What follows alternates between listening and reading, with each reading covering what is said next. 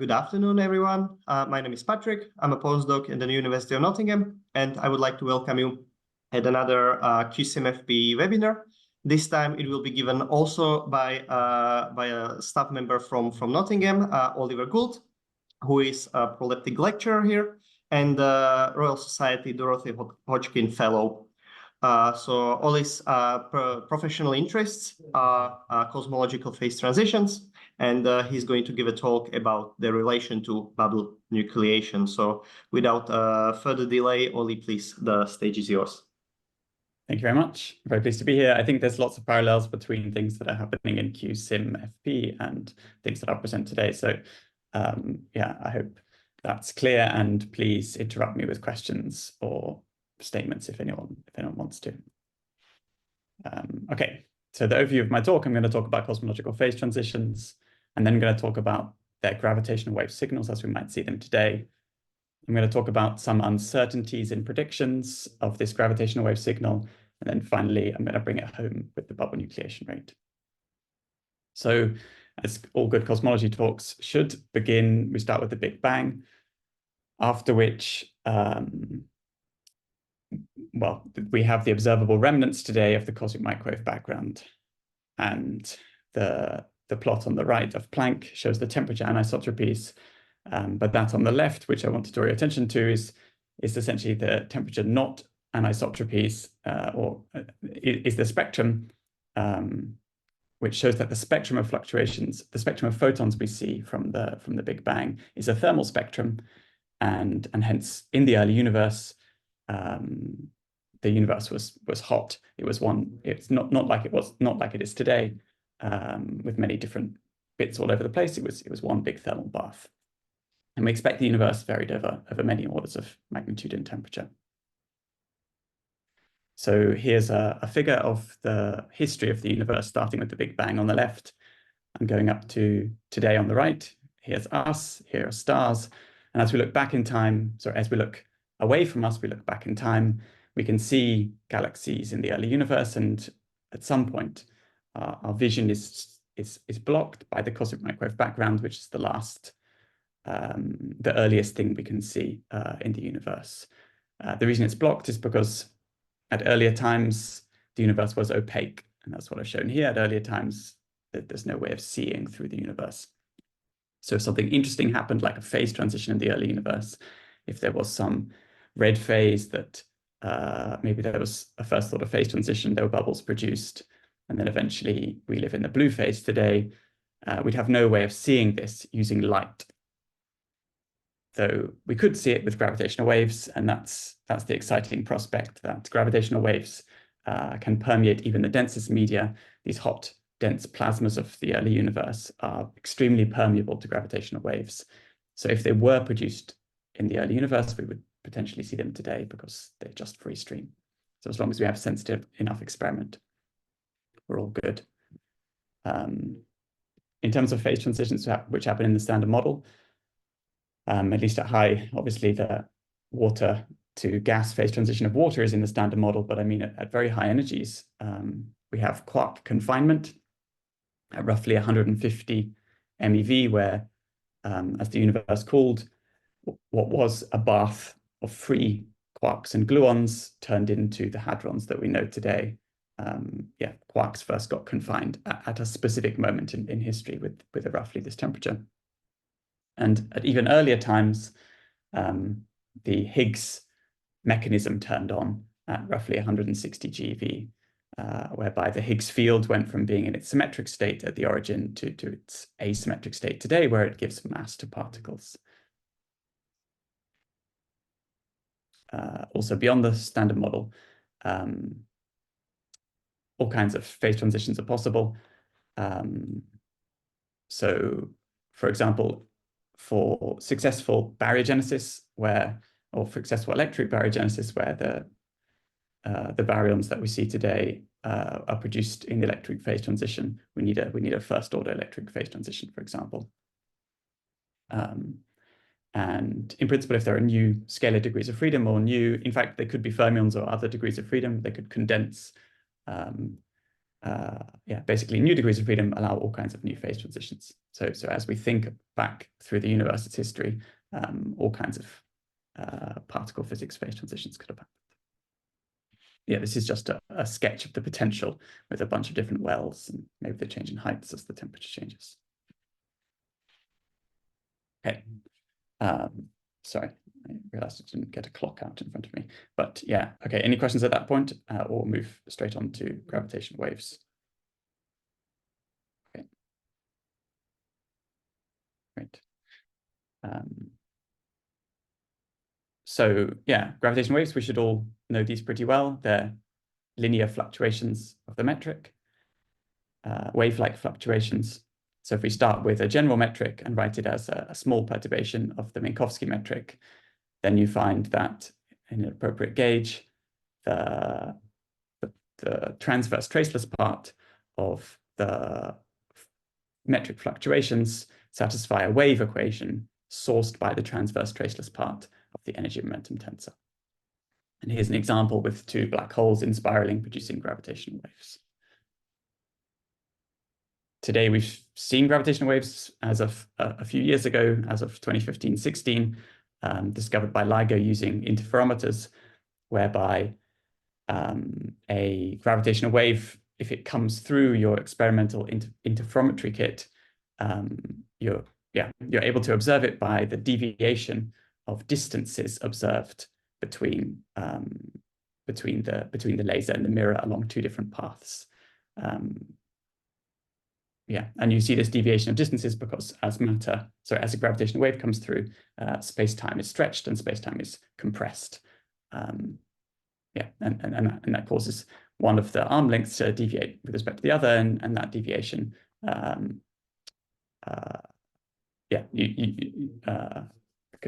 it can be caused by a gravitational wave, and you can compare that to your predictions of gravitational waves from black holes in spiraling to see events in gravitational waves.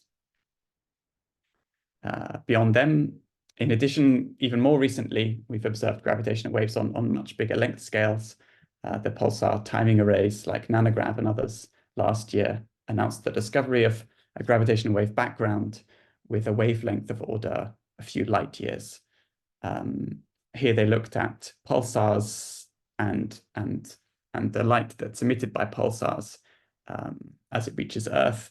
And by looking at the deviations from regularity of different pulsars, they were able to observe correlations, so that pulsars directly up off the ground are correlated with pulsars directly down, and anti-correlated with pulsars on your horizon.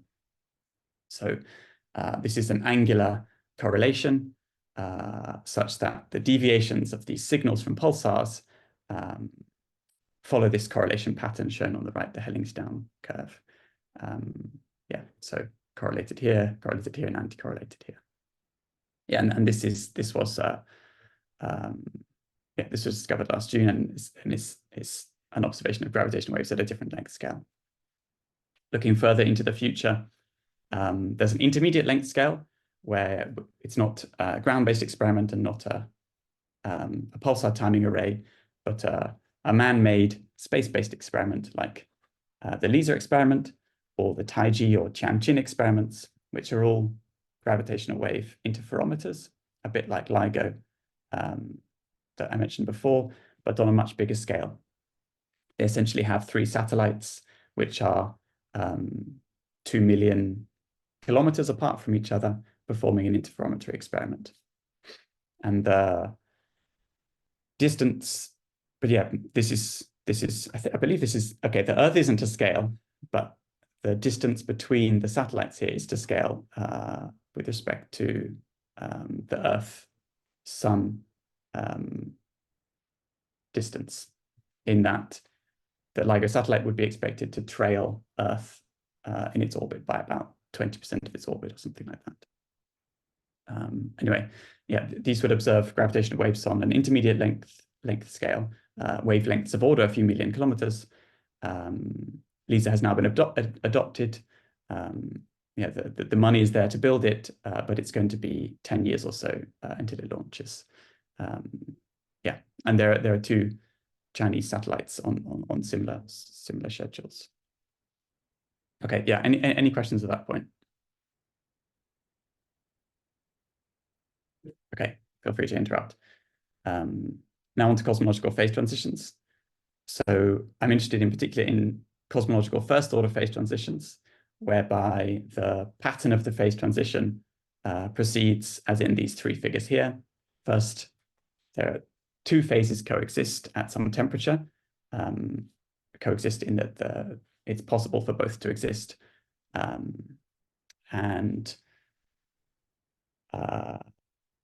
There's phase coexistence. The new phase supercools relative to the old phase, and then bubbles nucleate of the new phase inside the old phase.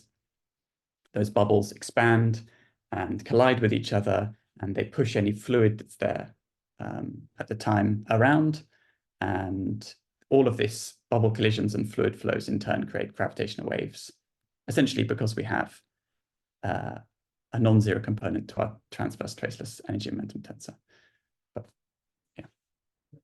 But these are kind of a strong source of gravitational waves because the energies involved in these collisions and fluid flows are the energy scale of the particle physics phenomenology. So in this case, for like a Higgs-like phase transition, they're Higgs scale energies, and stuff is moving relativistically. So it's a good source of gravitational waves. In terms of the scales of things you'd see in your gravitational wave signal, the biggest possible scale is the Hubble size, at which the transition happened. So if the transition happened at a certain moment in history, the size of the universe at that time, the size of the causally collected universe is the biggest scale. Below that is the size of the bubble radii at the point at which they collide. And then there's some microscopic scales, the bubble wall width, and the scale of an average thermal fluctuation. And I just want to point out that on the left-hand side, we have really macroscopic physics. For an electric phase transition, the inverse Hubble size is about 10 centimeters. So this is actually an accurate representation. And the bubble size might be, say, a millimeter or something of that order.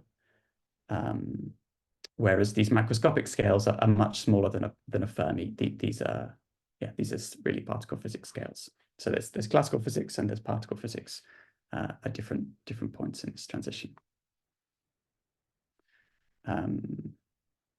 So yeah, given you have these scales, the gravitational waves themselves are produced at the classical scale at the inverse size of the bubble. And if we ask, given that they were produced at that scale, at this 1 millimeter scale, for example, for the electric phase transition, how big would they be today, given the course of cosmological history and the redshifting of waves? So this equation characterizes that. So for an electric phase transition where the temperature is roughly 100 GeV, the expected frequency is roughly 10 to the minus 3 times this is expected to be order 1 hertz, so millihertz. So millihertz happens to land in the LISA band, so those future space-based experiments. In principle, though, you could imagine a lower temperature transition, such as the QCD transition, and then that would be a corresponding lower frequency. So a QCD transition would be more like in the pulsar timing array frequency band. And likewise, a higher temperature transition may be a grand unified transition or some kind of higher temperature beyond standard model physics would be pushed to a higher frequency like in the LIGO band. And yeah, what does the spectrum look like? This has been studied for a number of years now, and the earliest works took into account just the gradient energy of the scalar field itself. So the transverse traceless bit of the energy momentum tensor of the scalar is just the gradient part. So d mu phi, where mu and nu are different.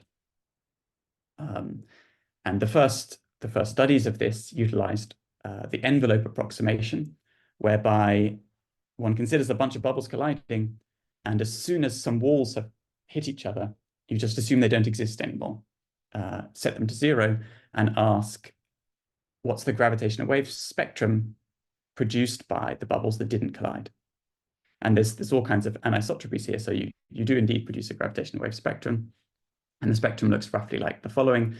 It has a peak frequency at roughly 1 over the radius, or the average radius of bubbles. It grows as k cubed in the infrared, and it decreases as k to the minus 1 in the UV, in the ultraviolet. This k cubed growth is basically fixed by causality, whereas this tail depends on the physics. Later, it was also realized that the colliding bits do matter, and if you take into account the colliding bits of colliding bubbles and their gravitational waves that are produced, that can change this UV power law, and it can be anywhere essentially between k to the minus 1 and k to the minus 3, depending on the relative importance of the dynamics of the collided bubbles. It was later realized that, okay, we should put this thing really in a fluid, because in the early universe, there was not just one scalar field, but there was also the whole standard model. And the standard model at high temperatures, was essentially a plasma was a fluid. And if you take this into account, the problem becomes much more complicated and something that really needs large-scale lattice simulations.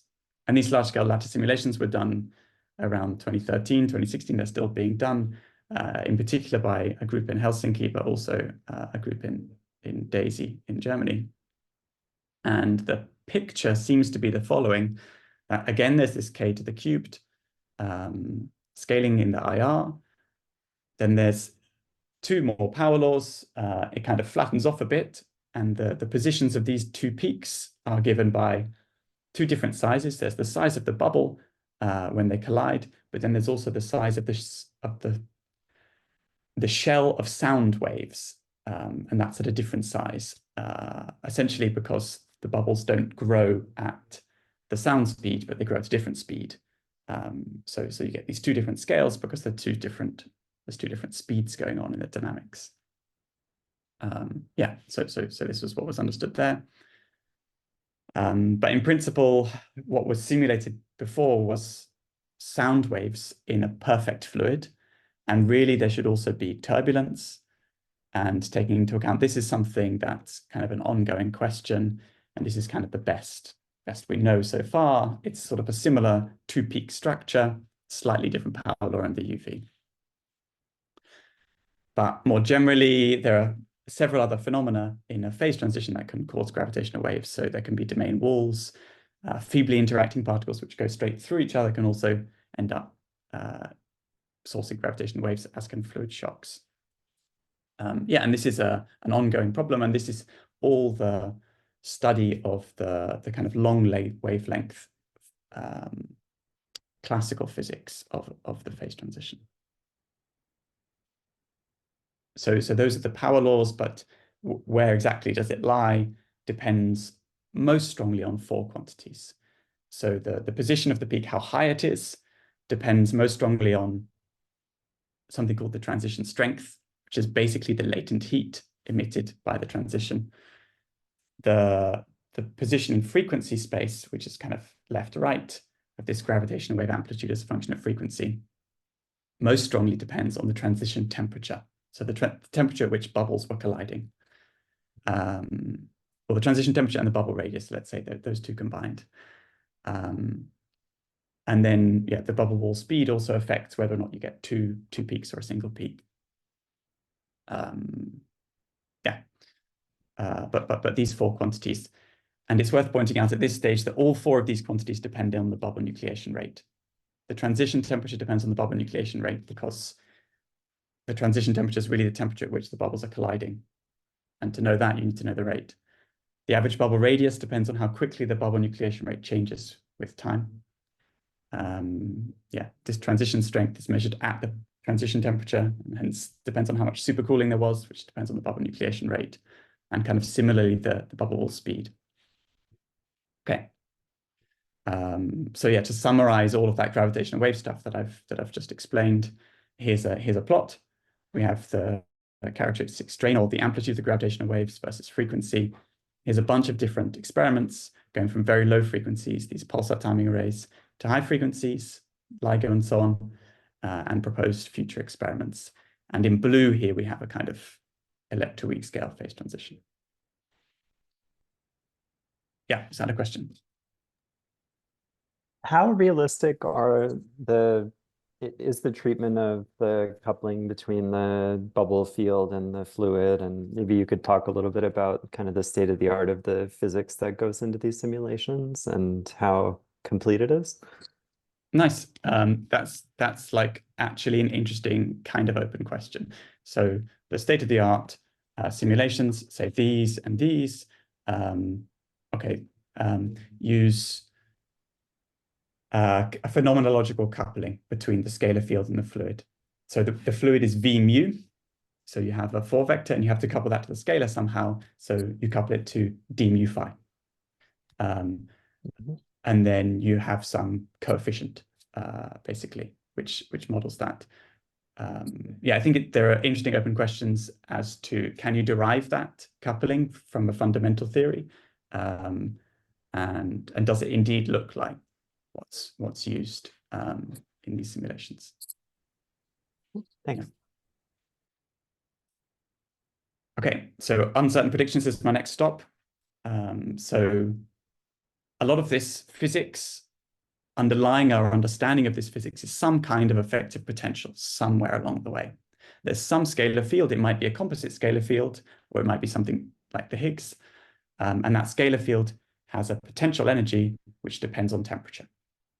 And at very low temperatures, it has one phase, and at very high temperatures, it has another phase. And in between, there's some transition region where maybe multiple phases can coexist. So here's an example which looks basically like the Higgs case, where at low temperatures, we're in a broken phase, in high temperatures, we're in a symmetric phase, and there's some intermediate temperatures here at the critical temperature where both phases have the same free energy, or the same effective potential. And in calculations of this thing, typically, what one has to include quantum loop diagrams or quantum fluctuations or thermal fluctuations. In general, one has to include fluctuations, because if one didn't have any fluctuations, you just have a single plot. So you need to account for how fluctuations, in particular thermal fluctuations, change this shape. Yeah, and the calculation is typically a tree level term without any fluctuations, plus one loop fluctuations, both quantum and thermal. However, when one does this calculation, you need these thermal fluctuations to be large in order to kind of modify the shape of the potential in a significant way. But in doing a loop expansion, one is forced to assume that the fluctuations are small. So you have this kind of awkward point whereby you have your fluctuations are both important, but assumed to be small in the calculation. And to kind of account for that in a kind of bootstrappy way, one adds, in addition, the daisy resummations, which essentially add little fluctuations around all of our loops to kind of bootstrap the effect of the fluctuations on the fluctuations themselves. This calculation has a long history. So this is my knowledge of the history, at least. So at leading order, I believe the calculation was first done by Dolan and Jackiw in 1973. And for the electroweak phase transition, so that focusing on the Higgs here, their first calculation included the tree level part and then the one loop diagrams. And they found that the transition was second order. Then later on, Arnold and Espinosa in the 90s worked out how to add these daisy diagrams in a consistent way. And they also went a little bit further, but their calculations revealed that the transition, the Higgs symmetry breaking transition, was first order. It was also realized along the way by Linda and others that there are infrared problems in this calculation, and that really perturbation theory breaks down to some extent, and that may influence our ability to work out what the order of the transition is. And later on, the Higgs transition, the electric phase transition, was studied on the lattice using effective field theory techniques combined with lattice approach into what is essentially our best calculation today, which shows that the transition was a smooth crossover transition. So here's a plot on the left of the Higgs susceptibility versus temperature on a bunch of lattices. And you can see that it has some peak at temperatures around 160 GeV, but that peak is not a very sharp peak. It doesn't have an infinitely strong spike in the limit volume goes to infinity. Oh, sorry, the lattice spacing goes to 0 here. And as a consequence, it's thought that, yeah, there's no, it's not first or second order, it's a crossover. But based on that picture of theoretical uncertainties in the Higgs case, this has been kind of pushed forward to study other models, to study models beyond the standard model. And here I give an example where somebody studied a Lagrangian including the standard model plus the Higgs coupled to some new scalar field, sigma, which is just a real scalar field, the simplest possible field you could add to the standard model. And this model has many strong phase transitions, but it depends sensitively on how you do the calculation. So here's the gravitational wave amplitude versus frequency plot again, with some experiments written on it. And all of these green lines are the calculation without including those daisy terms that I mentioned before. And then all these red lines are the calculation including those daisy terms before. And in each case, a scan of the model parameters was carried out and the calculation done for every parameter point. But yeah, they only found strong transitions in one approximation and not in another. So yeah, in this approximation, you can't see the transition. In this one, you can. Yeah, sorry. There's a question. So it's just something I've always wondered, and maybe it's kind of a naive question, but I'm curious, given this sensitivity, what your thoughts are. So we're relying on these very large fluctuations to create a stable, to restore the symmetry on average, right? Because these equations are like ensemble average equations. Yeah. So why does that not dominate the spectrum of gravitational wave production? Because this whole thing is a big mess. If I look at a given realization, it's a big mess, right? I mean, it's full of tons of very large fluctuations and lots of domain walls everywhere, because to get that stable minimum, I need the field to be flying back and forth between both wells of this potential, in a given realization. So like this question of what order do I go in this loop expansion seems almost irrelevant compared to that big contribution that we're kind of ignoring. So these fluctuations that you're talking about, but it matters what scale you're talking about. So these thermal fluctuations we need in order to change the shape of the potential are fluctuations on the thermal scale, like the scale that's highly populated in a thermal ensemble, which is really short scales compared to the peak of this spectrum, which happens on really macroscopic scales. So that thermal scale is way down. In fact, it's way off to the right on this plot. But maybe I misunderstood. Yeah, which scales are you talking about? Well, I mean, all scales, right? So,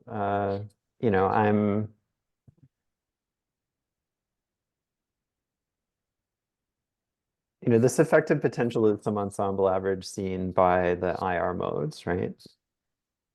But a given member of the ensemble, I don't think looks anything like a field sitting near the minimum. It's really the average. That's the average, yeah. But each member of the ensemble is some crazy mess. That's my naive understanding, and maybe that's wrong, but maybe to shove in my question, like how close is a member of the ensemble to the naive picture of some smooth field evolving in this effective potential? That's my sharp question, maybe. Yeah.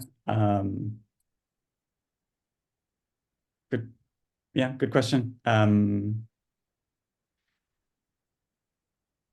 Yeah. I'm not sure I can give a quick answer. Okay. Yeah. Okay. Thanks. Okay, so I'm going to show you another plot that looks the same. This is another plot that looks the same. We have a Lagrangian here. This is different calculation. Standard model plus Higgs to the 6 operator, and we calculate the gravitational wave spectrum again at one parameter point where we fix this m to be 580 GeV. And then we try to estimate the theoretical uncertainty on our prediction by varying the renormalization scale, which is something our results shouldn't depend on. And we find this big error bar, which is several orders of magnitude. So the point of the last two plots is something's gone wrong. We have this sensitivity to calculations. Really, we want to make precise predictions, or at least like semi-precise. We don't want 6 orders of magnitude uncertainty in our predictions, or however many it is here. Okay. And what's going on? Some possible problems, and possibly what I think is a really big problem going on here is infrared modes are highly occupied, and that means they're strongly coupled. This is, even in a weakly coupled theory, we have an arbitrarily weakly coupled theory at 0 temperature. At high temperatures, our bosonic modes become highly occupied. They're occupied by, roughly speaking, the Bose distribution. And this Bose distribution at small energies grows to infinity at 0 energies. So as the energy is, we consider lower and lower energies in the Bose distribution, we get more and more occupied. So we have more and more modes occupying those low energies. Yeah.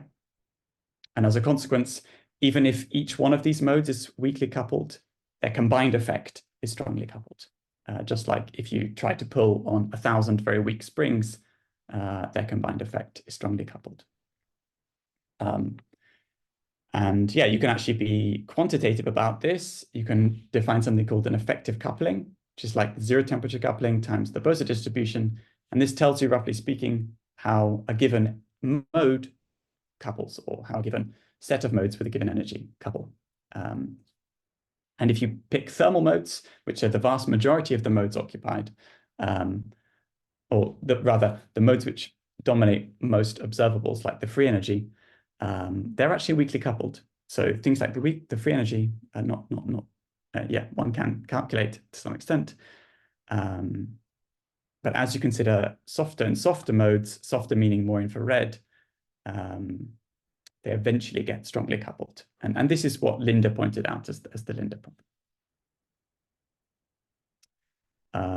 But yeah, so here's a plot where we've done this calculation. So sorry for flicking back and forward, but just to say one more thing I forgot to say here, which is that as a consequence of this stronger coupling, you have to work harder to gain the same level of accuracy than you would at 0 temperature. For example, if your phase transition happens at a particular scale, let's say your scalar has an energy of order g times t, where g is a small coupling, then you live at the soft scale.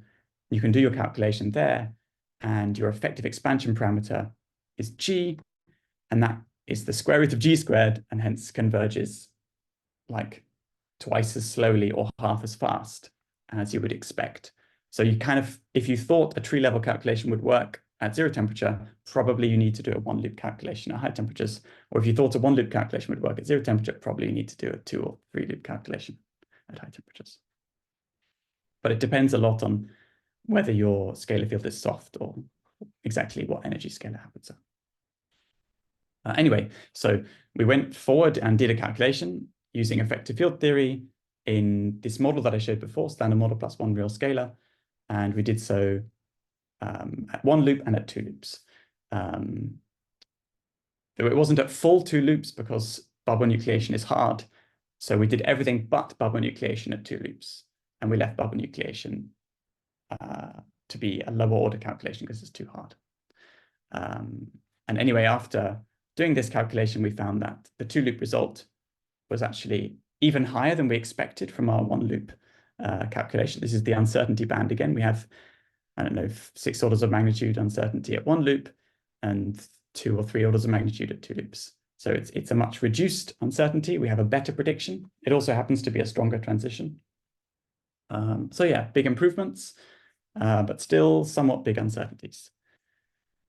And we tried to pin down where those uncertainties come from, and it turns out they come from bubble nucleation. We were able to calculate things like the critical temperature to very high precision. And when we worked out the uncertainty band on that, we found a very narrow uncertainty band. So this plot here shows essentially that, well, it shows the renormalization scale dependence, and a perfect calculation would be a perfect flat line. So here we have lower and higher order calculations. This blue line is the higher order calculation, and orange and green are lower order calculations. And you can see as we get to a higher order calculation, it gets closer to a perfectly flat line, and hence closer to a perfect calculation, which is independent of renormalization scale. But with the bubble nucleation, we had to do a bodged job because bubble nucleation is hard, and as a consequence, the uncertainty in the corresponding quantity, the percolation temperature, is much higher. Basically, equilibrium physics, like the critical temperature, is much easier, and the residual uncertainties shown in that plot I showed before, just go back, the residual uncertainties here are all to do with bubble nucleation and not understanding it well enough. Okay, so that was that. Maybe I'm going a bit too slowly. We'll see how things go. I'll talk now a bit about the bubble nucleation rate. So this is something that many people here know a lot about. The bubble nucleation rate, when calculated semi-classically, perturbatively, takes roughly the following form. The rate is A e to the minus B. B is our bounce action, which one gets at tree level, and A comes from one loop corrections, in principle higher loops as well, but yeah, at first from one loop corrections. And B, which is the first thing to calculate, one typically calculates. So in those previous plots, we did calculate B, we just didn't calculate A. And computing B requires solving for the bounce or the bubble. You need to just solve for the shape of the bubble. And it requires solving one nonlinear ODE for the shape of the bubble. It's a boundary value problem. And once you've solved for the bubble, and here that's denoted phi B, and phi F here is the false vacuum. So you need to solve for both the false vacuum, which is just a constant, and the bubble, which has some shape. You get the bounce action. And you can think of the bounce action basically as the internal energy of a critical bubble, like the internal energy divided by temperature. Yeah. What about A, that other quantity in A e to the minus B? So computing A is more difficult. Instead of solving one nonlinear ODE, you need to solve an infinite number of linear ODEs. This is the form of the ODEs, and they're basically the fluctuations of the bubble. You need to solve all the possible fluctuations of the bubble. And here, this number L is the, don't know what that is the angular orbital momentum number, angular quantum number. So you need to solve, you expand in spherical harmonics, and then you need to solve for each L, basically all the possible spherical harmonic fluctuations of the bubble. And you need to work out an eigenvalue problem for each of those. And once you have all the eigenvalues, you can then take the product of all the eigenvalues up to infinity. And this gets multiplied by a couple of other terms, one of which is this dynamical prefactor that nobody ever talks about. But yeah, I won't talk about it either. And once you've done this, what you get is A is like, roughly speaking, the mass of the scalar field to the 4 times e to the entropy of the fluctuations. So there is an exponential part, which really does exponentiate. So we can't think of A as non-exponential just because it has some mass dependence. And in the end, you get that the bubble nucleation rate has the free energy in the exponent minus the free energy. So there's the entropy and there's the internal energy together. And we've recently written a code, the first public code for computing this A thing, came out last year. And it works in a bunch of different dimensions. In some dimensions, we have analytic results for the one loop prefactor in the thin wall limit. That's this, and here are the analytic results. And then in this plot, we have the analytic results, and the thin wall limit in this plot is 0, where alpha is 1. And the crosses show the results of this numerical code. And you can see that the crosses line up with the circles at the end, which are the analytic results, these ones given here. And the agreement between the line and the circle is better than 1% in all the dimensions, pretty much. So we've made a code that can do this calculation. It agrees with analytic results where analytic results exist. It's written in Python. You can install it with pip. It calculates this thing for you. It takes not very long to compute, roughly a second on a laptop. Yeah, obviously we don't do infinite. We don't go up to infinity. We go up to some finite number and extrapolate. Okay, yeah, I was going to talk about beyond perturbation theory. Maybe I'll just briefly mention this. So it's difficult to go beyond perturbation theory, but you can do so if things classicalize. But things do classicalize in a thermal bath where you have these highly occupied infrared modes, highly occupied classical.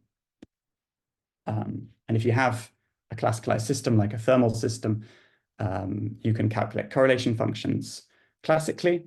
You sample thermal initial conditions, and then you evolve according to Hamilton's equations. The trouble is, if you do this with a field theory, you get the UV catastrophe. You find that the cutoff scale dominates everything. So you have to be careful. You have to use the fact that you know that this classical field theory matches onto a quantum theory, calculate your counter terms in the quantum theory, and then use them to cancel the divergences of the classical theory. And once you do that, after cancellation, you get a finite result, which agrees with the quantum theory, at least to the leading couple of orders. And we've done this for bubble nucleation here in 3+1. So we're just simulating here the Higgs and the gauge fields on microscopic length scales, and we're simulating the real-time evolution. And yeah, and what we see is bubble nucleation happening. And yeah, we're able to calculate the rate of bubble nucleation. Here's a forthcoming plot from a forthcoming paper where we've simulated a similar sort of classical setup. Here we have this Langevin equation for a real scalar field, and we've calculated the nucleation rate, the bubble nucleation rate, and we've compared it to a few perturbative approaches. So here we have 3 different perturbative approaches: the tree level one, a kind of hacky one-loop approach called the local potential approximation, this full one-loop thing using bubble det, and then the lattice results. And here there are no fits. This is just the numbers that come straight out of the lattice, and these are just the numbers that come straight out of our perturbative calculations. And you can see as we go to higher orders, we seem to get better agreement with the lattice, which is great. They don't quite lie on top of each other yet. Is that just 2 loops, or what is it? Who knows? Yeah, so here are my conclusions. Phase transitions may produce observable gravitational waves. Currently, we have quite big uncertainties in our calculations, and improving bubble nucleation seems to be the key. So yeah, thanks for listening. Thank you, Ali. Thank you for a very, very nice talk.